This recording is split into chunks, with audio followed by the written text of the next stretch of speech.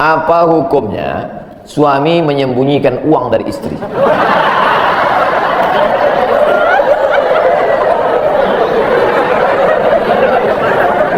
Bang, kata istrinya, bang, ini duit apa bang? Duit sial.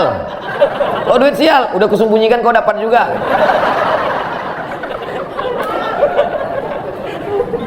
Bapak menikah sama ibu, ibu menikah sama bapak. Apakah hartanya jadi satu atau harta masing-masing? Mereka mau hartanya jadi satu dan bapak ketakutan. Itu yang saya baca. Sekarang kita baca ayatnya. Walakum nisfu ma taraka azwajukum illam yakul lahunna walad. Kalau istrimu meninggal, kau dapat 50% hartanya kalau tidak ada anak. Fa in kana lahunna waladun, kalau dia punya anak, falakumur rubu'u, kamu dapat 25%. Sekarang saya tanya, hartanya nyatu atau pisah? Emang kalau belum sarapan susah nangkap. Saya ulang sekali lagi. Walakum nisfu ma taraka azwajukum. Hai para suami, kamu dapat setengah harta istrimu kalau tidak ada anak. Fa in kana lahunna waladun, kalau ada anak kamu dapat 1/4. Artinya hartanya misah. Harta bapak beda, harta ibu beda. Meninggal ibu 50% untuk bapak. Apa beda harta ibu dengan harta bapak? Di dalam harta bapak ada hak ibu, dalam harta ibu tidak ada hak bapak. Takbir. Saya ulang sekali lagi. Ibu menikah dengan bapak, bapak menikah dengan ibu, ibu bawa harta, bapak bawa harta. Bedanya apa? Dalam harta bapak ada hak ibu, dalam harta ibu tidak ada hak bapak. Kenapa dalam harta bapak ada hak ibu? Karena bapak wajib memberi nafkah. Apa tips cara meraih kesuksesan yang berkah di masa muda?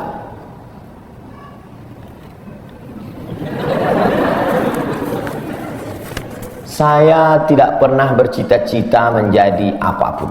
Cita-cita saya dulu cuma satu, bagaimana membahagiakan orang tua. Itu saja. Maka selalu saya sampaikan di kampus-kampus kepada mahasiswa, kalian kalau belum bisa membahagiakan orang tua, jangan menyusahkan orang tua. Ini kadang baru ngelihat namanya aja di HP dah kumat darah tinggi emaknya. Maka saya di Mesir 4 tahun tak pernah saya minta duit. Oleh sebab itu cita-citanya yang pertama mencari ridha Allah. Ridha Allah fi ridhal walidain wa sukhutullah fi sukhutil walidain. Pulang saya ke kampung, saya mau beli tanah berapa meter, ternak lele, tanam cabai, daun ubi, malam mengajar ngaji. Cita-cita saya kecil aja. Tak ada cita-cita mau jadi ustadz viral disambut di airport, tak ada. Terus kata mak saya, masa kau S2 tinggal di kampung, pergilah ke kota. Akhirnya saya menghonor jadi dosen, siang jadi dosen, malam ceramah di masjid, direkam, diupload, khutbah diupload, like and share, akhirnya viral. Diusir beberapa kali, makin viral. Dibully, makin viral. Akhirnya yang membuli saya taubat sekarang. Ini orang makin dibully, makin viral. Udah kita diamin aja lah. Itu semua itu kerja kita atau kerja Allah? Kerja Allah. Kerjakan kerja kita, urusan Allah biar Allah yang ngurus. Kita hidup ini sama macam bawa pancing. Kita tugas kita ambil bambu, pasang kail, cari cacing, letakkan. Masalah ikannya datang tak datang itu urusan Allah. Ini kadang banyak orang ngurus urusan Allah yang dia urus. Urusan Allah yang kau urus. Kata Allah, yang mendatangkan ikan ini urusan aku. 10 pancing pasang, itu urusan kita. Tarik pancing satu, cacingnya hilang. Cari pancing satu, kailnya hilang. Cari pancing satu, talinya hilang. Yang ke-10, bambunya hilang. Marahkah kita? Tidak. Karena urusan kita sudah selesai. Serahkan urusan Allah. Pulang ke rumah, rupanya Allah mau kasih kita bukan ikan mentah, tapi ikan masak. Banyak orang terlalu berpikir hidup ini kau buat saja urusanmu, urusan Allah. Urusanmu berangkat dari rumah kerja, masalah hasilnya urusan Allah. Berapa banyak orang bekerja tapi tak dapat apa-apa. Tapi jangan gara-gara ini lalu bapak nggak kerja, dibangunkan ibu besok pagi, bang abang nggak kerja masuk kantor, urusan Allah. Kalau ada suami ibu seperti itu, ibu jangan marah, biarkan aja. Nanti jam 12 dia bangun, dia lapar, dia tengok, mana makanan? Ibu jawab, urusan Allah. Harus ada usaha dan ikhtiar. Pertama, niat cari ridha Allah. Kedua, senangkan orang tua. Ketiga, berusaha. Setelah itu, tawakal Allah. Kiat-kiat apa yang kami lakukan sebagai guru kepada anak didik kami sebelum dan sesudah mengajar agar ilmu mudah dimengerti? Guru yang pertama harus ikhlas. Yang kedua, tingkah laku perbuatannya. Guru digugu dan ditiru. Guru itu dari mulai cara minumnya aja diikut orang. Guru minumnya tangan kiri. Yang minum tangan kiri itu setan. Berarti kalau ada guru minum pakai tangan kiri, berarti guru setan. Hati-hati jadi guru. Oleh sebab itu maka guru ini luar biasa. Guru ini luar biasa Bapak Ibu. Perbuatan yang tidak putus setelah mati guru. PNS setelah mati putus. Yang kan mati, pensiun aja putus. Apalagi mati. Tapi guru. Saya dulu punya dosen. Kata dia saya ini lulus hakim. Tapi kemudian saya tinggalkan hakim, saya pilih jadi guru. Kenapa gitu Pak dosen? Karena kalau saya jadi hakim, 1 tahun ada 10 perkara. 10 senang kepada saya, 10 benci. Yang menang senang, yang kalah benci. Tapi menjadi guru, tidak akan ada murid saya itu yang benci kepada saya. Betul. Guru SD saya, berapa kali kepala saya diantukkannya ke tiang. Asal pelajaran saya nggak dapat, diantuk. Begitu reuni, saya cium tangannya. Saya nggak sakit hati, ingat aja dikit. Datang saya belikan hadiah. Saya cium tangannya, meleleh air mata saya. Betul, menjadi guru itu adalah nikmat. Maka saya pilih jadi guru. Guru nggak ada pensiunnya. Saya sampai mati saya tetap menjadi guru. Oleh sebab itu maka guru ini luar biasa. Guru pahlawan tanpa tanda jasa. Oleh sebab itu menjadi guru. Oh, tapi jangan gara-gara ini semua pegawai Antam keluar mau jadi guru. Memang ibu bukan guru, tapi ibu menjadi guru bagi anak-anak ibu. Bapak jadi guru bagi keluarga bapak. Itu kita sudah menjadi guru insya Allah. Saya dari Medan. Ada juga orang kampung saya di sini. Bagaimana cara bakti seorang anak? Cara membahagiakan orang tua berjarak jauh dengan kita. Sedangkan bertemu dekat bersama orang tua mungkin hanya 1 tahun sekali. Idul Fitri saja. Karena harus bekerja di PT Antam TBK Sulawesi Tenggara. Ada sesuatu yang tak bisa kita bayar dengan uang. Tak bisa dibayar dengan uang. Yang bisa merasakan ini orang yang orang tuanya sudah meninggal. Yang masih hidup tak bisa. Lam ya'rif man lam yadhuq. Yang tak pernah merasakannya tak bisa menceritakannya. Karena tak bisa dirasakan. Setelah orang tua itu tak ada, barulah kita rasa dunia ini hampa, tak ada gunanya. Duit itu tak ada gunanya, mobil itu tak ada gunanya, rumah itu tak ada gunanya, apapun tak ada gunanya. Waktu dapat saya gelar doktor dari Sudan, pulang saya ke rumah, tak ada gunanya. Tak bisa lagi diceritakan. Dulu apapun yang dapat diceritakan, mak, aku dapat sorban dari mak, aku dapat peci. Nanti setelah dia tidak ada, barulah kau cari mana kain yang pernah dia pakai dulu, mana sajadah yang dulu dia pakai waktu sholat, di mana dia dulu sering duduk. Bekas tempat duduknya aja pun bisa menghilangkan rindu. Tempat dia duduk dulu, tempat dia duduk makan kacang sambil minum teh, duduk kau di situ bisa menghilangkan rindu. Quran yang dia baca dulu lengkap dengan rehalnya, bangun kau tengah malam, kau bentang sajadah, duduk kau di situ, kau buka Quran yang dia baca dulu, hilang rindu. Tapi setelah dia tak ada, makanya mumpung dia masih ada, ciumlah tangannya, peluklah badannya, ciumlah keningnya. Kalau kau ada duit, kirimlah. Tak bisa, karena cari makan jauh Pak Ustaz, mesti terbang dari Sumatera sampai kemari. Apa boleh buat? Memang begitu kondisi ekonomi kita sekarang. Allah tidak marah. Tapi kalau kau mampu, kirimlah. Siapa orang yang kira-kira bisa digaji, dibayar untuk memasakkan dia di rumah? Berkirimlah. Karena sampai masanya nanti duit yang banyak itu tidak ada gunanya. Sebanyak apapun kau simpan, tak ada rasanya lagi. Hampa, tak ada gunanya. Maka mumpung dia masih ada. Idul Fitri paksa-paksakanlah pulang. Mahal tiket pesawat, tabunglah. Teleponlah. Masih ada dia menyambut teleponmu, berikan HP yang kira-kira lama dia pakai, tinggalkan. Mak, ini chargernya, ini handphonenya, ini baterainya, persiapan kalau rusak pasangkan di sini. Nanti kalau aku telepon, sampai masanya nanti handphonenya berbunyi tapi tak ada yang angkat. Selagi dia masih ada, senangkanlah hatinya. Kirimkanlah kain. Kain itu tidak akan dia pakai, tapi insya Allah menyenangkan hati dia. Ketika hatinya lapang, lapang rezeki. Ketika hatinya senang, senang hidup. Tapi kalau sudah hatinya sempit, meleleh air matanya, rindu karena tak pernah kau telepon, disitulah awal azab Allah datang. Kau akan berenang dalam kesengsaraan. Mudah-mudahan Allah mengampuni dosa kita semua, dosa ibu bapak. Saya sudah menikah dan sekarang sudah berpisah. Ternyata saya dibohongi selama perkenalan, sampai yang ternyata dia adalah seorang gay. Gay itu LGBT. Gay itu kalau nampak anak gadis cuek aja dia. Tapi kalau nampak anak lajang meniti air liur. Itu gay. Yang paling banyak gay ini di Thailand. Makanya di sana ada musabaqah gay. Namanya Lady Boy. Muka lady, kaki boy. Hati saya hancur Pak Ustaz. Jangankan ibu, saya pun ikut merasakannya.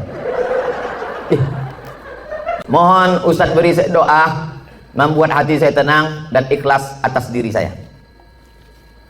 Adakah yang terjadi di dunia ini di luar kuasa Allah? Maka tidak ada yang bisa menghilangkan marah dan sedih kecuali ridha menerima takdir ketetapan Allah Subhanahu wa Ta'ala. Itu bagian dari takdir Allah. Karena ibu kan sudah usaha dulu, sudah kenal dengan baik, ditengok badannya gagah berotot, kumis melintang. Kan belakangan baru tahu dia melambai. Artinya sudah usaha. Oleh sebab itu ini sudah di luar dari kemampuan kita sebagai manusia. Maka kita yakin bahwa ada Allah yang mengatur kehidupan. Hidup ini kalau dipikirkan cemas, berkunang-kunang kepala, sampai jam 2 malam mata tak tidur, nama penyakitnya insomnia, pergi nemui psikolog, psikiater, Pak psikolog, saya punya masalah, sudah 2 malam tak tidur-tidur. Psikolog tuh ngangguk-ngangguk aja, psikiater tuh ngangguk-ngangguk aja, diambilnya kertas resep dikasihnya. Ini makan sebelum makan, ini makan setelah makan, ini makan setengah makan, ini makan 3 kali, ini makan 2 kali. Nengok itu bertambah pula beban kepala kita. Tidak ada cara kecuali banyak beribadah kepada Allah. Idza sa'alta fas'alillah, minta tolong kepada Allah. Ustaz Abdul Somad, dulu saya ahli maksiat. Alhamdulillah sekarang sudah tobat. Alhamdulillah. Pertanyaannya, bolehkah saya menjadi imam sholat di masjid? Permisi lu sama pengurus. Urutan imam yang pertama ulil amri. Urutan imam tuh ulil amri. Makanya waktu di Madinah itu imam Nabi Muhammad SAW. Sakit Nabi Muhammad, baru disuruh Nabi Abu Bakar jadi imam. Abu Bakar jadi imam sampai meninggal, baru digantikan Sayyidina Umar. Yang kedua imam ratib, imam yang ditunjuk. Tidak boleh orang maju ke depan. Siapapun yang datang ke Masjid Jami'atut Taqwa ini, datang ustaz dari Jakarta, sorbannya 4 lapis macam ban Vespa, tak boleh dia maju ke depan kalau tidak diizinkan oleh imam ratib. Nah, tadi pertanyaannya, orang yang sudah taubat, bolehkah dia jadi imam? At-taibu minadz-dzambi kama la dzambalah. Orang yang sudah taubat, dulu sabu-sabu, narkoba, pezina, perampok, garong, semua sudah dia buat. Taubat dia, taubat nasuha, maka dia sudah suci sesuci-sucinya. Ini kita yang jadi makmum, kalau ada imam taubat, taubat bertatu dia, Abu Anting dia, maju dia jadi imam, tak usah kita permasalahkan. Jangan nanti, Assalamualaikum warahmatullahi wabarakatuh. Ini nampaknya tak sah ini, imam ini bertatu, anting ini masih belobak telinganya. Ini nampaknya imam ini mantan funky ini, anak funk ini. Jangan, tak usah permasalahkan lagi, karena dia sudah taubat nasuha. Apakah godaan dan cobaan sebelum menikah maupun mana? Apa pertanyaannya? Apakah godaan dan cobaan sebelum menikah? Sebelum menikah menengok anak gadis orang. Kalau sudah menikah menengok bini orang. Banyak orang-orang yang berselingkuh, waktu ditanya, kenapa kau berselingkuh? Apa jawaban dia? Lebih berselera menengok bini orang daripada bini sendiri. Ini penyakit ini. Ini penyakit psikologis. Itulah kenapa perempuan disuruh menutup wajahnya. Jangan ejek perempuan bercadar. Kenapa? Karena bercadar itu sunnah. Tapi yang tak bercadar pun tidak apa-apa, bukan berarti dosa haram. Karena kalau bercadar wajib berarti tak bercadar haram. Bercadar, yang mau bercadar silakan, yang tak mau bercadar ya tak apa-apa. Tapi jangan bersolek berlebih-lebihan di muka laki orang. Ini banyak orang bersolek ini kan untuk laki orang, untuk laki dia macam hantu. Apakah godaan setelah menikah? Kalau kau nampak perempuan di tepi jalan, tertarik melihat dia, pulanglah ke rumah. Karena apa yang ada pada perempuan itu ada juga di rumah. Baiti jannati, surgaku, rumahku adalah surgaku. Bidadari surga yang dikirim Allah Subhanahu wa taala. Faman lam yastati' man istata'a minkumul ba'ata falyatazawwaj. Siapa di antara kalian yang sudah sanggup menikah, menikahlah. Fa innahu aghaddu lil basar. Menikah itu menjaga pandangan. Wa ahsanu lil farj, menjaga kemaluan. Faman lam yastati', kalau tak sanggup menikah, fa alaihi bisawm, banyak puasa sunat. Fa innahu lahu wija, karena itu obat. Karena kalau makan, apalagi Pulau Kundur makanannya enak, makan sotong, makan cumi, makan kepiting, makan udang, libido seksual naik. Tapi kalau dia puasa sunat, tak ada bebini, banyak puasa sunat. Cantik pun perempuan itu tak nampak. Bro, ada cewek cantik, tak nampak, udah aku udah mau mati udah. Maka suruh puasa. Ibu-ibu, bapak-bapak, anak yang sudah akil balik, kewajiban kita sebagai orang tua ini 3. Pertama, ayyusammihi biismi khairin, kasih nama yang bagus-bagus. Yang kedua, ayyu'allamahul kitaba idza aqala, ajarkan baca kitab, masukkan sekolah. Yang ketiga, ayyuzawwijahu, nikahkan dengan orang baik-baik. Kau udah sekolah nak, kau mau kunikahkan, ada nampak perempuan yang baik, kalau ada kami pinangkan, kalau tak ada udah kami siapkan. Banyak laki-laki ini mentalnya mental kerupuk, begitu banyak perempuan. Nah, pinang. Tapi jangan kalian meminang petantang-petenteng. Bawa Ustadz Haruna Hasim, bawa Pak Bupati, bawa Pak Sekda. Mereka juru bicaranya meminangkan. Tanya, telusuri, ayah dia siapa? Ayah dia kerja di kantor bupati. Apa bupati? Kamu ngomong. Kami membawakan ini anak tahfiz Quran mau minang. Pasti diterima. Mana mungkin orang itu berani nolak? Awas kok nolak, nonjok gue. Jangan kalian petentang-petenteng minang, belum tuh. Saya pun tidak saya minang. Kiai, saya minta tolong Kiai. Pak Kiai tolong minang. Karena saya diam aja. Pak Kiai itu bercakap. Somad ngomong untuk Kiai. Tidak, saya diam aja. Jangan petentang-petenteng. Jangan saya kalian bawa, saya diterima nanti.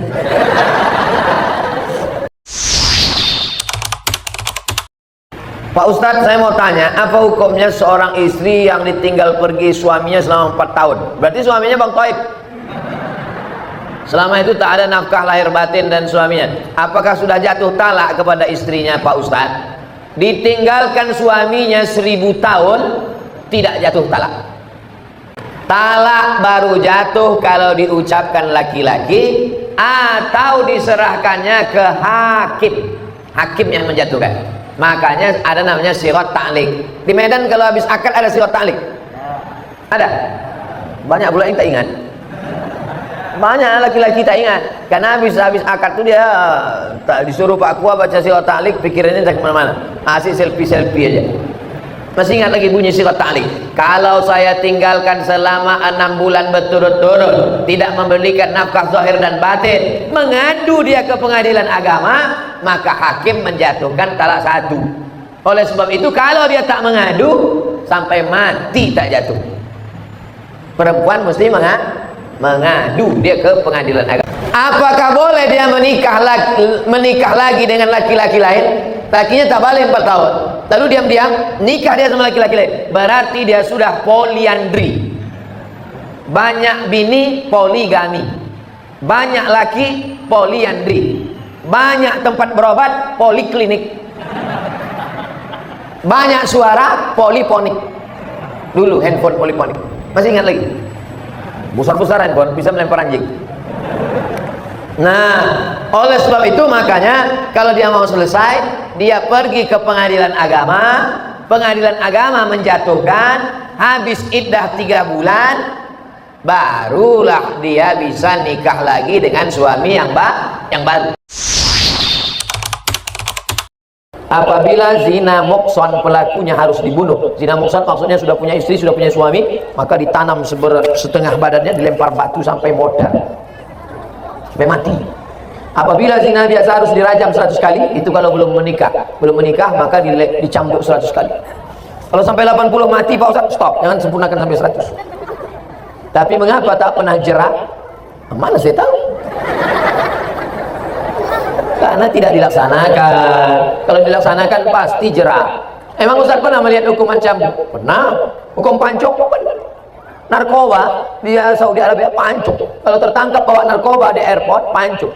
Saya nengok hukum pancung, dipotong kepalanya pakai pedang, sekali putus, muncrat darah macam keluar dari pipa.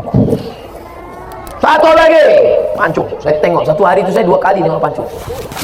Putus. Yang ketiga, pas mau dipancung, jatuh dia. Duduk lagi pas mau pancung, jatuh lagi. Akhirnya nggak jadi dipancung. Tidak jadi dipancung karena keluarga memaafkan. Rupanya dia membunuh, keluarganya maafkan, tak jadi pancung, bayar denda. Dendanya berapa? 100 ekor onta. Kalau tak ada 100 ekor onta, 100 dinar, 1000 dinar. 1000 dinar itu berapa? 2 juta kali 1000 sama dengan 2 miliar. Nah, maka kalau mau membunuh, siapkanlah duit 2 miliar. Karena salah-salah, kok macam-macam bunuh kok. Tengok rumah Vespa buruk. Apakah karena belum pernah ada yang menjalankan hukum tersebut sehingga dianggap hal biasa? Ya, karena di tempat kita orang yang berzina bukan dihukum tapi dinikahkan.